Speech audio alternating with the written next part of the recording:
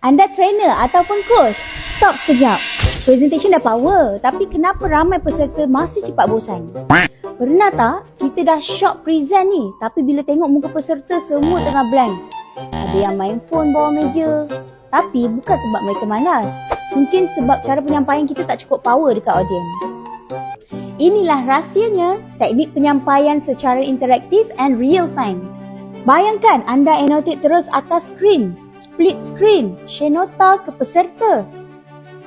Semuanya tanpa laptop.